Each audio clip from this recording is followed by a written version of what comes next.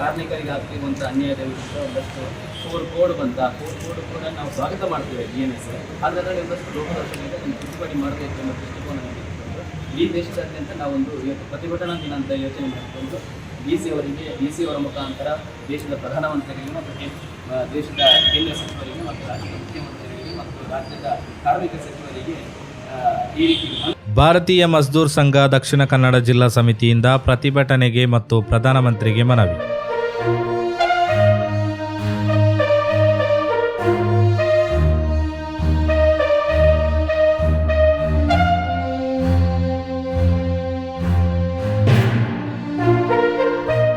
ಭಾರತೀಯ ಮಜ್ದೂರ್ ಸಂಘ BMS ದಕ್ಷಿಣ ಕನ್ನಡ ಜಿಲ್ಲಾ ಸಮಿತಿಯಿಂದ ವಿವಿಧ ಕಾರ್ಮಿಕರ ಬೇಡಿಕೆಗಳ ಈಡೇರಿಕೆಗಾಗಿ ಪ್ರತಿಭಟನೆ ಮತ್ತು ಮನವಿಯನ್ನ ದಕ್ಷಿಣ ಕನ್ನಡ ಜಿಲ್ಲಾಧಿಕಾರಿ ಮತ್ತು ಪ್ರಾದೇಶಿಕ ಭವಿಷ್ಯ ನಿಧಿ ಆಯುಕ್ತರ ಕಚೇರಿಯಲ್ಲಿ ಮಾನ್ಯ ಪ್ರಧಾನಮಂತ್ರಿಗಳಿಗೆ, ಕೇಂದ್ರ ಕಾರ್ಮಿಕ ಸಚಿವರಿಗೆ, ರಾಜ್ಯದ ಮುಖ್ಯಮಂತ್ರಿಗೆ, ರಾಜ್ಯ ಕಾರ್ಮಿಕ ಸಚಿವರಿಗೆ, ಕಾರ್ಮಿಕರ ದೀರ್ಘಕಾಲದ ಸಮಸ್ಯೆಗಳು ಹಾಗೂ ಕಾರ್ಮಿಕರ ವಿರೋಧಿ ನೀತಿಗಳ ವಿರುದ್ಧ ದೂರು ನೀಡಲಾಯಿತು.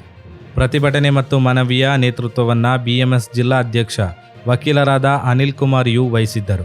ಪ್ರತಿಭಟನೆಯಲ್ಲಿ ಕೇಂದ್ರ ಸರ್ಕಾರವು ಜಾರಿಗೆ ತಂದಿರುವ ಹೊಸ ಕಾರ್ಮಿಕರ ಸಂಹಿತೆಗಳ ಕುರಿತು ಸ್ವಾಗತ ವ್ಯಕ್ತಪಡಿಸಿದರು.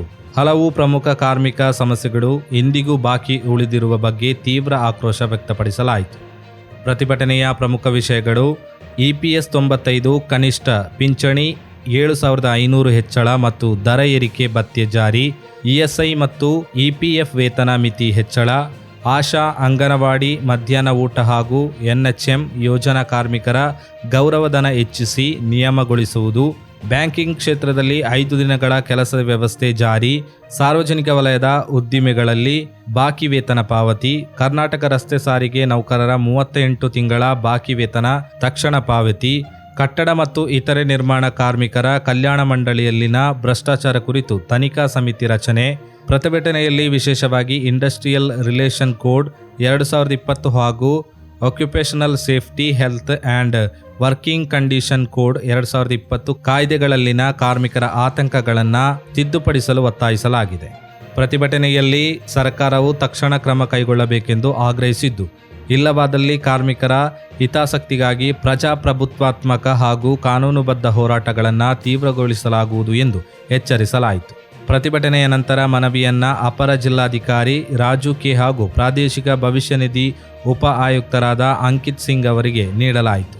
ಈ ಸಂದರ್ಭದಲ್ಲಿ BMS ಸಮಿತಿಯ ಪದಾಧಿಕಾರಿಗಳಾದ Anil Kumar U, Satish Shetty, Jayaraj Saliyan, Vijayalakshmi, Gopalakrishna, Rohitashwata, Uday Kumar, Vignesh, Y Sudheendra, Nityananda Pai, Ranjan, Shashidhar, Uday, Ravindra, Shrimati Dilakshi, Shrimati Usha Rupesh, Raghupati, Harish GK ಹಾಗೂ ವಿವಿಧ ವಲಯಗಳ ಕಾರ್ಮಿಕ ಪ್ರತಿನಿಧಿಗಳು ಉಪಸ್ಥಿತರಿದ್ದರು.